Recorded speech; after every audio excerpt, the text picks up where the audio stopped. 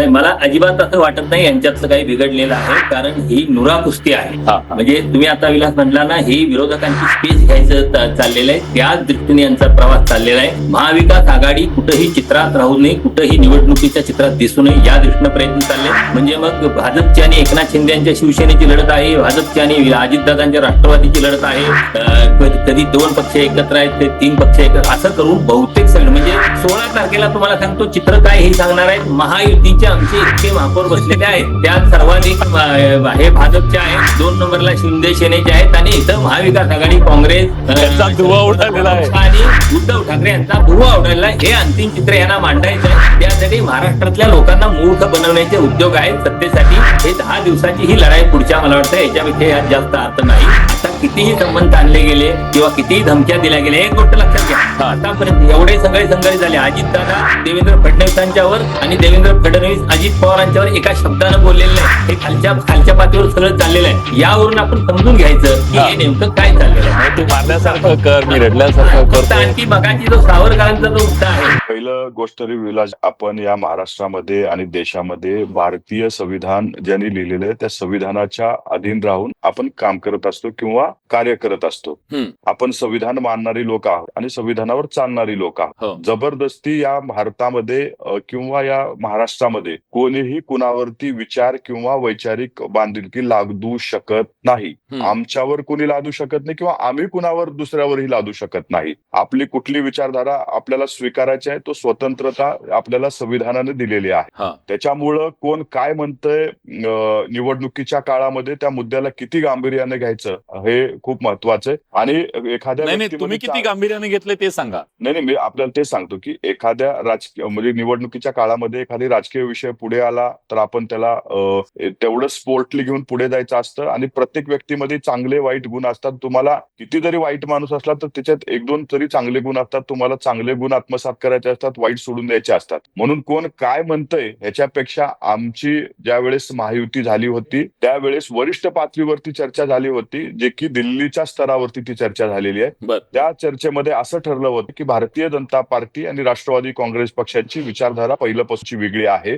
येणाऱ्या काळामध्ये ज्या वेळी आपण काम करू, ज्यावेळेस वैचारिक गोष्टी येतील त्यावेळेस भारतीय जनता पार्टी ते त्यांच्या विचारधारेवर काम करतील. आम्ही आमच्या शिवशाहू फुले आंबेडकरांची जी आमची विचारधारा आहे त्या विचारधारेवरती आम्ही काम करू आणि ते करतही आलेलो आहे. त्याच्यामुळं ते काय म्हणतायत ते आमच्यासाठी महत्वाचं नाही. जर आम्हाला काही वाटलं तर आम्ही त्यांच्या वरिष्ठांशी चर्चा करू, परंतु जोर जबरदस्ती करून कुठली विचारधारा या देशामध्ये या राज्यामध्ये कोणीही कुणावर लादू शकत नाही. हा संविधानानं दिलेला अधिकार आहे आणि ते संविधानाला मानणारे आम्ही आहोत. आणि मला वाटतं अशी जी संविधानाला मानणारे आहेत या निवडणुकीच्या काळामध्ये कदाचित वातावरण बघून त्यांनी हे स्टेटमेंट केलं असावं. म्हणजे मला कळलं नाही, तुम्ही खूप म्हणजे सूचक बोललात. तुम्ही असं म्हणालात की चांगल्या गोष्टी स्वीकारायच्या असतात, वाईट गोष्टी सोडायच्या असतात. महाराष्ट्राला असं दिसतंय त्यांच्याकडे सत्ता आहे ती स्वीकारली आणि विचार मात्र तसा ठेवला. काय नेमकं तुम्ही स्वीकारलंय आणि काय सोडलंय ते जरा सांगा. हे कुठल्याही गोष्टीमध्ये आपण एखादी गोष्ट, आता आदरणीय पवार साहेब संघाबद्दल बोलत असताना नेहमी म्हणतात त्यांची शिस्त शिकली पाहिजे. म्हणजे काही गोष्टी प्रत्येक गोष्ट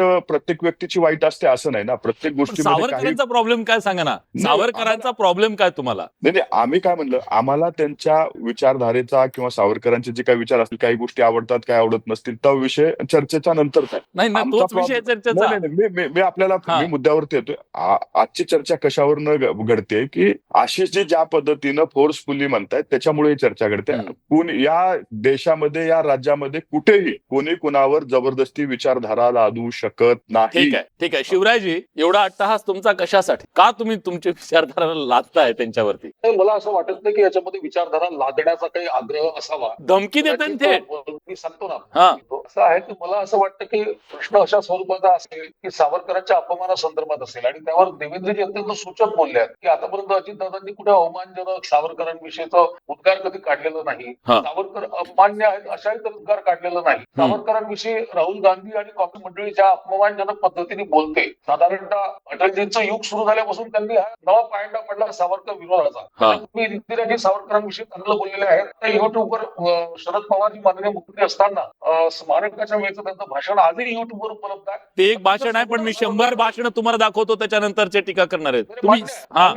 मी तुम्हाला एक वाक्य आधीच बोललेलो आहे. 90 मध्ये अटलजी आणि भारतीय जनता पार्टीची वाढ झाल्यानंतर एक नॅरेटिव्ह तयार केला गेला सावरकर विरोधाचा. मणिशंकर अय्यरांपासून ते सगळं नामपट्टिका काढण्यापासून ते प्रकरण आहे ते 90च्या दशकानंतर सुरू झालेलं आहे. ठरवून सावरकरांना विलन करायचं, खलनायक करायची भूमिका मांडली गेली आहे. पण या संदर्भामध्ये देवेंद्र जे सूचक बोलले हे अगदी निश्चित आहे की राष्ट्रवादी काँग्रेसची विचारधारा ही वेगळी आहे. भारतीय जनता पार्टी आणि शिवसेना म्हणजे एकनाथ शिंदेच्या नेतृत्वातली शिवसेना या शिवसेनेची विचारधारा ही हिंदुत्वाची विचारधारा. त्याच्यामुळे आम्ही युती केली. महायुतीमध्ये शिंदे आणि भारतीय जनता पार्टी शिवसेनेने जो प्रचाराचा नारळ फोडला, आमच्या मंचावर सावरकरांची प्रतिमा होती. सावरकर आमचं आराध्य दैवत आहे आणि मला असं वाटतं त्याला भाग एवढाच असावा आमच्या बोलण्यातला. आम्ही तिघे मित्र पक्षावर समान मुद्द्यांवर विकासाच्या किमान समान कार्यक्रमावर नेहमी युती असते आणि राजकारणाच्या म्हणजे दरम्यान वैचारिक काही घेणं देणं नाहीये तुमचं. हे जे सरकार बनलेलं आहे त्याच्यात वैचारिक काही घेणं देणं नाही. सत्तेसाठी तुम्ही एकत्र आलेले आहात, ही तडजोड सत्तेसाठी केलेली आहे. वैचारिक नाही माझ्या बोलण्याचा अर्थ सांगा घ्या. हा, तुम्ही समजून घ्या. वैचारिकचा काय विषय आहे? वैचारिकचा विषय एवढी नाही आहे की समान विकासाच्या समान कार्यक्रमांवरही परस्पर विरोधी पक्ष एकत्र येत असतात. हा, तेच मी तेच म्हणालो ना. त्याच्यामध्ये अट्टास कुठे आहे की तुम्ही सावरकर हा अट्टास बिलकुल नाही आहे. आम्हाला सुरुवातीपासून माहिती आहे की राष्ट्रवादी माझी विनंती आहे आशिष शेलार यांचं ते वक्तव्य पुन्हा आपण ऐकवावं प्रेक्षकांना, जेणेकरून तुम्ही जे म्हणताय त्याच्यात आणि आशिष शेलारांच्या वक्तव्यात खूप तफावत आहे. ठीक आहे, मी येतो तुमच्याकडे. पण सात्विकी सावरकर आपल्या सोबत आहेत. राजकीय नेत्यांकडून सावरकरांच्या प्रती जी भावना वेगवेगळ्या वेळी व्यक्त केली जाते, तुम्हाला असं वाटतं का की त्यांच्या विचारांचा किंवा त्यांचा राजकारणासाठी वापर होतो, सोयीचा अर्थ घेतला जातो, सोयीचा वापर होतो असं तुम्हाला वाटतं का? कारण आज त्यांच्या विचारांचं सरकार आहे असं म्हणायचं, त्याच सरकारमध्ये सांगायचं की तुम्हाला ते मान्य करावे लागतील, ते म्हणतात की आम्ही नाही. हे काय आहे? मुळात असं सांगू इच्छितो की सावरकरांचे विचार हे काळाच्या पुढेच होते, ज्याला आपण पुरोगामी म्हणतो. तसेच विचार सावरकरांचे होते. सावरकरांनी अनेक शत्रूंशी लढा दिला. इंग्रज हा मुख्य शत्रू होता. आज भारतात इंग्रज नाहीत, पण स्वातंत्र्यपूर्व काळातल्या ज्या काही समस्या हिंदू समाजामध्ये आणि अन्य ज्याला आज आपण अल्पसंख्य म्हणतो अशा समाजांमध्ये ज्या काही समस्या होत्या त्यावर सावरकरांनी भाष्य केलेलं आहे, नवे प्रत्यक्ष काम देखील केलेलं आहे. उदाहरण द्यायचं झालं तर जातीभेद निर्मूलन, अस्पृश्यता निर्मूलन. आता हा विचार पुरोगामी आहे. हा विचार आंबेडकरी विचारांच्या जवळ जाणारा आहे. कारण डॉक्टर बाबासाहेब आंबेडकर देखील जाती निर्मूलनाच्या विरोधात, जाती निर्मूलनाच्या समर्थनार्थ लढले होते. सावरकरांचा त्याला पाठिंबा होता. त्यामुळे फुले शाहू आंबेडकर यांचा काही विचार वेगळा आहे आणि सावरकरांचा विचार काही कट्टरतावादाच्या जवळ जातो अशी काही गोष्ट नाहीये. मुळात सावरकर हे अभ्यासले नसल्यामुळे हा वाद निर्माण होतो. त्याच्यामुळे मनापासून मला असं वाटतं की सावरकर तुम्ही पहिले अभ्यासा, त्यांचं रत्नागिरीतलं काम अभ्यासा आणि नंतर त्याच्यावर भाष्य करा. कारण तसं केलं नाही तर ते कोणाच्याच हिताचं नाही. तुम्ही खूप महत्वाचा मुद्दा मांडला, अभ्यासा. मी आज मुद्दाम या चर्चेमध्ये सावरकरांचा ज्याने अभ्यास केलेला आहे किंवा जे त्यांच्या सगळ्या भूमिकांवर बोलतात, विकास लवंडे आपल्या सोबत आहेत. विकास, मुळात अशा प्रकारची भूमिका घेणं हे तुम्हाला मान्य आहे का? महाराष्ट्राच्या राजकारणात अशी एक चर्चा आहे की पडद्याच्या मागे दोन राष्ट्रवादी एकत्र येण्याच्या संदर्भातली चर्चा आहे आणि एक प्रकारे तुम्हाला जर एकत्र यायचं असेल तर तुम्हाला मान्य करावं लागेल, हा मेसेजिंग आहे राजकारणातलं असं कळतंय. तुम्हाला वाटतं की अशा प्रकारे तुम्हाला मान्य असेल तर दार उघडं होईल असं काही आहे? तुम्ही कसं पाहता याकडे? मला थोडंसं या विषयाला सुरुवात करण्यामुळे आज एक नवीन बातमी ताजी आलेली आहे की नगर परिषद नगरपालिकेच्या निवडणुकीमध्ये शिरोळमध्ये काँग्रेस आणि भारतीय जनता पार्टीचं एकत्र पॅनल होतं आणि आज अंबरनाथ मध्ये नगराध्यक्ष निवडताना भारतीय जनता पार्टी आणि काँग्रेसने एकत्र येऊन नगराध्यक्ष केलाय. ते एकनाथ शिंदेच्या शिवसेनेला बाजूला ठेवलंय. मग शिवराय कुलकर्णींचं अभिनंदन करायचं का तुम्हाला? नाही, मला पुढचं सांगायचंय की पुण्यामध्ये आणि पिंपरी चिंचवडमध्ये दोन्ही राष्ट्रवादी एकत्र येऊन जेव्हा स्थानिक स्वराज्य संस्थेच्या पातळीवर स्थानिक कार्यकर्त्यांनी एकत्र येऊन आघाडी केली म्हणून मागच्या आठवड्याभर सगळ्या माध्यमांनी आणि सगळ्या थोर विचारवंतांनी थैथयाट केला आणि शरद पवारांच्या पक्षाने पार पुरोगामी तो सोडून दिलं. अशा प्रकारचे पार शरद पवारांच्या 60 वर्षाच्या राजकीय कारकिर्दीवर सुद्धा शंका घेतल्या गेल्या. आज अजून काही विषय चाललेला आपल्या सावरकरांच्या बाबतीतला तर दया याचना याच्यावर आमचे आक्षेपच आहेत. शेवटचे 17 वर्ष सावरकरांनी काय केलं याच्यावर आमचे आक्षेपच आहेत. बॅरिस्टर जिना आणि सावरकर हे द्विराष्ट्रवादाचे जनक होते हे सर्वश्रुत आहे. मध्ये बोलू नका ते माझ्याकडे सात्विकीजी, मी येतो, तुम्हाला पूर्ण वेळ देतो. त्यांचं म्हणणं ऐकू द्या ना. तर सावरकरांच्या बाबतीत आमचे निश्चित आक्षेपच आहेत. कारण महात्मा गांधींच्या खुनामध्ये मुख्य आरोपी म्हणून त्यांचं आरोप पत्रामध्ये सुद्धा नाव होतं, हे आपल्याला विसरता येणार नाही. आणि हिंदू राष्ट्राची संकल्पना सावरकरांनी मांडली आणि मुस्लिम राष्ट्राची संकल्पना बॅरिस्टर जिनानी मांडली आणि म्हणून दोघांना द्विराष्ट्रवादाचे जनक म्हटलं जातं. शेवटच्या 17 वर्ष सावरकरांनी कोणतं काम केलं हे कुणी सांगत नाही. मुद्दा आहे की अजित पवारांनी तो विचार स्वीकारला स्वीकारला की नाही स्वीकारला. हा. किंवा आशिष शेलार काय म्हणतात की त्यांनी स्वीकारावं नाहीतर आम्ही त्यांच्याशिवाय. खरं तर अजितदादा पवार हे त्यांची जडणघडण ही पवार साहेबांच्या मुशीत झालेली आहे. बर. अजित पवार कोणाला आवडो ना आवडो, आमचे जरी आज मतभेद असले ते महायुतीत गेल्यामुळे, तरी पण अजितदादा पवार हे धर्मांध अजूनही आहेत विचाराचे मतभेद तुमचे की कायम मिटले ऐका ना, ऐका. मी पूर्ण करतो. बर प्लीज. बरोबर. हा. अजितदादा पवार हे धर्मांध विचाराचे नाही, हिंदुत्ववादी विचाराचे नाहीत, याच्याबद्दल माझ्या मनात शंका नाही. परंतु ते ज्या कारणामुळे महायुतीत गेले, भारतीय जनता पार्टी बरोबर सत्तेत का गेले, तर भारतीय जनता पार्टीचा विचार त्यांनी एक्सेप्ट केलेला नाहीये. हा, सत्ता एक्सेप्ट केली. महायुतीमध्ये सत्तेत त्यांचा जो काही प्रवास झाला, देशाच्या पंतप्रधानांनी 3 दिवस आधी भोपाळच्या सभेत आरोप केल्यानंतर तिसऱ्या दिवशी उपमुख्यमंत्री पदाची शपथ घेतली की ईडी, सीबीआय आणि इन्कम टॅक्सच्या मार्फत महायुतीमध्ये त्यांचा प्रवास झालेला आहे. अजितदादा तिथे मजबुरीने तिथे गेलेले आहेत. म्हणूनच आज चंद्रकांत बावनकुळे असं म्हणतात, चंद्रशेखर बावनकुळे, की त्या कोर्टातल्या निर्णय सुनावणीचा अद्याप निकाल झालेला नाही, ते इशारा देत आहेत. हा. जोपर्यंत कोर्टाचा निकाल होत नाही, अजितदादांच्यावर आरोप करणारे कोण होते? भारतीय जनता पार्टी होती, देवेंद्र फडणवीस होते, विनोद तावडे होते, बैलगाडीवर पुरावे घेऊन होते.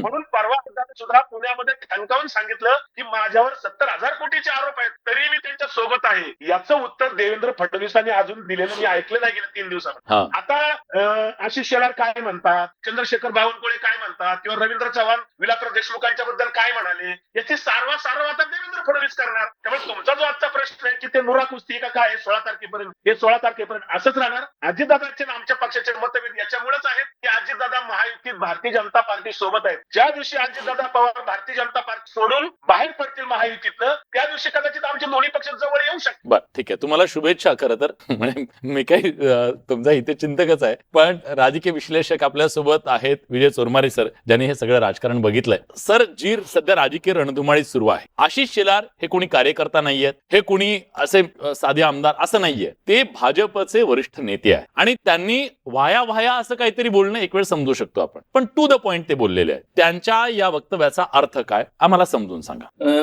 पहिली गोष्ट, आशिष शेलार यांनी आज जे वक्तव्य केलेले अजितदादांना इशारा देण्याच्या अनुषंगानं की सावरकरांचे विचार त्यांना मान्य करावे लागतील, त्यांच्या पक्षाला मान्य करावे लागतील. मला वाटतं एखादी विचारधारा घेऊन चालणाऱ्या पक्षाच्या नेत्यानं आपल्या विचारधारेसंदर्भात असा आग्रह धरणं आणि आमच्या विचारधारेच्या लोकांसोबतच आम्ही सत्तेत राहू असं सांगणं आणि त्यांची ही जर विचारधारा मान्य नसेल तर त्यांच्याशिवाय, आणि ते विचारधारेला विरोध करत असतील तर त्यांच्या विरोधात आम्ही सत्तेत राहू असं सांगणं, खरं तर अशा कुठल्याही म्हणजे ती विचारधारा आपल्याला मान्य असो किंवा नसो, सत्तेत असताना आपण विचारधारा घेऊनच पुढे जाणार आहे असा आग्रह जर एखादा नेता धरत असेल तर त्याचं स्वागत करायला पाहिजे. मला वाटतं आशिष शेलार ही भूमिका मांडतायत आपल्या पक्षाची, कारण त्यांनी रवींद्र चव्हाणांचा हवाला त्यांनी रवींद्र चव्हाणांचा हवाला देऊन आमचा पक्ष सावरकरांच्या विचाराने चालतोय हे सांगणं, हे मला जरा आश्चर्य वाटतं. कारण रवींद्र चव्हाण हे काल परवा अध्यक्ष झाले आहेत आणि भारतीय जनता पक्ष सावरकरांची विचारधारा मानून चालतोय. खूप अनेक वर्षापासून अनेक ज्येष्ठ नेते सांगत आले, पण त्यांनी त्याला संदर्भ दिला असेल. पण मला आशिष शेलारांच्या विचारात आणि भारतीय जनता पक्षाच्या विचारात एक तफावत आढळते की ज्यावेळी भारतीय जनता पक्षानं मेहबूबा मुफ्ती यांच्याबरोबर सत्ता स्थापन केली होती, त्यावेळी काय त्यांना मेहबूबा मुफ्तींना त्यांनी तुम्ही सावरकरांचे विचार मान्य करा म्हणून सांगितलं होतं. किंवा आता नितीश कुमार यांच्यासोबत भारतीय जनता पक्ष बिहारात सत्तेमध्ये आहे, तर नितीश कुमार यांनी आमची विचारधारा मानावी असं ते म्हणू शकतात का? किंबहुना नितीश कुमार हे नरेंद्र मोदी अमित शहा सगळ्यांच्या समोर त्यांच्या विचारधारेच्या विरोधात वर्तन करतात. अगदी एकदा नरेंद्र मोदी मंचावर असताना, वंदे मातरम सुरू असताना नितीश कुमार उभे राहिले नव्हते, म्हणजे मी तुमची विचारधारा मान्य करत नाही तुमच्यासोबत सत्तेत असलो तरी, असं जाहीरपणे त्यांना सांगून एवढे धमक नितीश कुमार दाखवत होते आणि त्यांनी दाखवलेले, आणि तरी सुद्धा त्यांच्यासोबत भारतीय जनता पक्ष सत्तेत आहे. त्यामुळे आशिष शेलारांचा आग्रह एकीकडे आपण मान्य केला किंवा त्याचं स्वागत केलं तरी भारतीय जनता पक्ष सत्तेसाठी कोणत्याही थराला जाण्याची, त्यांची कोणत्याही तडजोडी करण्याची त्यांची तयारी असते. हे आपण गेल्या 2014च्या आधी सुद्धा 2014 नंतर. सर, हे झालं राजकारण, पण मला पडद्यामागचं थोडंसं समजून सांगा. एक प्रकारे हा मेसेज अजित पवारांना देऊन अजित पवार आणि शरद पवार हे दोघं एकत्र येणार अशा प्रकारची जी चर्चा सुरू आहे, त्याला कुठंतरी इशारा देण्यासाठी किंवा त्याला थांबवण्यासाठी ते काही राजकारण दिसतंय का तुम्हाला? नाही, मुळात आता मला यातली एक गोष्ट आहे की हे दोन्ही पक्ष मुळात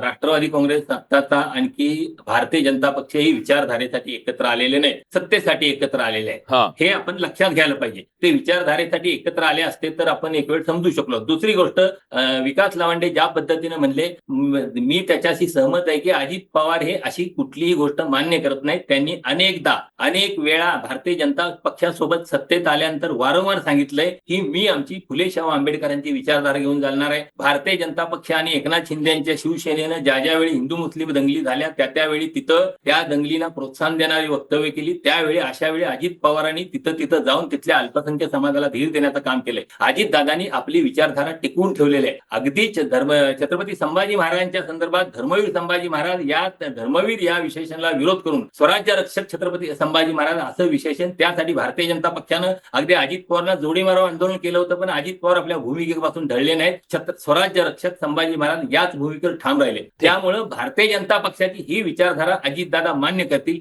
असं मला वाटत नाही. आणि दुसरी गोष्ट त्यांना म्हणजे हा आग्रह शिष्यलांचा आहे. आता मुळात मला सावरकर आता इथं आले कुठून अचानक याचाच पुढे उलगडला. मला ते समजून घ्यायचं होतं. हे मेसेजिंग तर नाहीये ना, हे मेसेजिंग तर नाहीये ना. हा विकासजी तुमचे कमेंट मला शिवराजींना विचारायचा एक महत्वाचा प्रश्न प्लीज पटकन. नाही मला याच्यात हे सांगायचं की भारतीय जनता पार्टी आणि RSS ला सावरकर कधीपासून आवडायला लागले. कारण सावरकर गाय हा उपयुक्त पशु म्हणणारे होते. सावरकर व्यक्तिगत पातळीवर नास्तिक होते.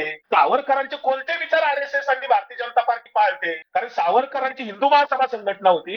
RSSच्या शिवराजी सांगतील. शिवराजी तुम्ही सांगा तो तर मुद्दा आहे. दुसरा एक मुद्दा आहे तो मी नंतर विचारतो. आधी हेच उत्तर द्या. आहे की सुनील सावरकर हे यांची हिंदू महासभा वेगळी संघटना जरी असली तरी हिंदुत्व मांडणारे सावरकर, त्यानंतर या देशासाठी स्वातंत्र्यासाठी स्वतःच्या आयुष्याचा होम करणारे सावरकर, हे सावरकर आम्हाला सुरुवातीपासून मान्य आहे, पहिल्यापासून मान्य आहे. आमचे आदर्श आहेत आणि आमचे आदर्श आहेत. मी त्यांच्या विचारांवर चालतो. मध्ये बोलू नका. तुमच्या RSSच्या कार्यालयाच्या विचारांचा फोटो नाही. RSSच्या कार्यालयात तुम्हाला माहिती की मला जाऊन आले.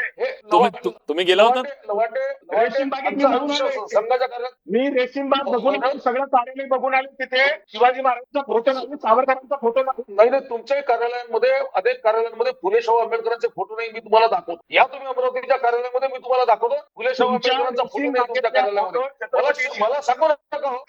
सांगू नका तुम्ही एक एक जण उत्तर देऊ द्या. विकासजी त्यांना उत्तर देऊ द्या. तुम्ही नका सांगू महाराष्ट्राला की रेशीम बागेमध्ये काय आहे. शिवराजी ठीक आहे आपण वैयक्तिक वादात नको. ऐका शिवराजी, या संपूर्ण देशाला माहिती आहे रेशीम बागेच्या कार्यालयात काय आहे आणि काय नाही हे तुम्ही सांगण्याची गरज नाही. बरं जाऊ दे. तो विषयांतर नको. ऐका ना, या देशाने राष्ट्रीय स्वयंसेवक संघाचा प्रचार प्रधानमंत्री पदावर बहुमताने बसवलेला आहे लवांडीजी. तुम्ही सांगायची गरज नाही आहे. RSS समजला आहे देशाला. नाही तो विषय भरकट येईल. मला मूळ मुद्द्यावर यायचं. शिवराजी माझा प्रश्न ऐका. जातींचं राजकारण करणाऱ्यांनी आयुष्यभर ज्यांनी जात समूहाचं राजकारण केलं त्यांनी गठ्ठापदासाठी अनुनय केला.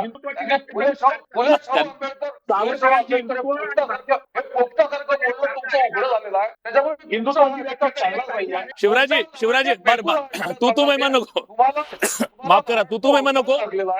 शिवराजी टू द पॉइंट त्यांचा प्रश्न आहे. ईडीच्या माध्यमातून तुम्ही त्यांना तुमच्या सत्तेच्या जवळ आणू शकता. वेगवेगळ्या यंत्रणांच्या माध्यमातून धमक्या देऊन कोर्ट केसेस हे आणू शकता. पण तुम्ही विचारांचं परिवर्तन ईडीच्या माध्यमातून करू शकत नाही असं थेट म्हणणं विकासजींचं आहे. तुम्हाला हे मान्य आहे का? अजितदादा पवार जर ईडीच्या धमकीने भारतीय जनता पार्टी सोबत आले असतील तर यापूर्वी मुख्यमंत्री होण्यासाठी पुलोचा सहारा घेताना तेव्हाच्या भारतीय जनता पार्टीने शरद पवारांना काही ईडी दाखवली होती का? जनता पार्टी नव्हती. भारतीय जनता पार्टी नव्हती. जनता पार्टी तरी होती ना. आमचे अध्यक्ष उत्तमराव नाना पाटील होते. आमची विचारधारा नव्हती. उत्तमराव नाना पाटील होते. तेच हर्षू अडवाणी होते. भाजपाची भाजपाच्या वेळेस आम्हाला तेव्हा शरद पवार ईडीची भीती होती सोबत येताना. बर एक मिनिट शिवराजी सूरजजींना विचारू देत. सूरजजी हे वास्तव आहे का? बर बोला पूर्ण करा. विदेशी मुळाचा मुद्दा घेऊन त्या शरद पवारांनी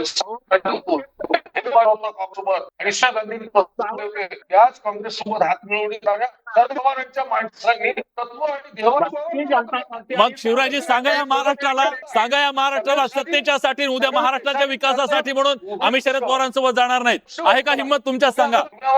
तुम्ही आता म्हणता की विकासाच्या मुद्द्यासाठी महाराष्ट्राच्या हितासाठी आम्ही एकत्र आलो, उद्या शरद पवारांना या सत्तेत आम्ही घेणार नाही, सांगणार आहेत तुम्ही? आम्ही कशाला सांगू तर आम्ही किमान समान कार्यक्रमावर जी आपली काय रे बा? आम्ही आता घ्यायला तयार आहोत. सबका साथ सबका साथ.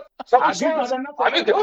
अरे आम्ही अजितदादांना पक्ष करून आम्ही जनतेच्या कल्याणासाठी जे लोक कळलं. शिवराजी, ही बातमी सुद्धा एक घ्यायला तयार आहोत. हो विकासजी भांडू नका, तुमच्या स्वागताला ते तयार आहेत, काळजी नका करू. ते हा? असं आहे. बर ठीक आहे थोडा मुद्दा पुढे घेऊन जाऊया, वेळेचा अभाव आहे. शिवराजी, सात्यकीजी मी येतो तुमच्याकडे, पण त्याच्या आधी सूरजजींना मला विचारायचं. सूरजजी, ज्या प्रकारे अजित पवारांना घेरलंय, मी ओपनिंग मध्ये सांगितलंय कोण कोण काय बोललंय. काल परवा घरात आलेल्या सुना जर बोलायला लागल्या, टोमणे मारायला लागल्या, काय ऐकायचं अजित पवारांनी सत्तेत, आणि सत्तेसाठी हे काय ऐकायचं असं वाटत नाही तुम्हाला?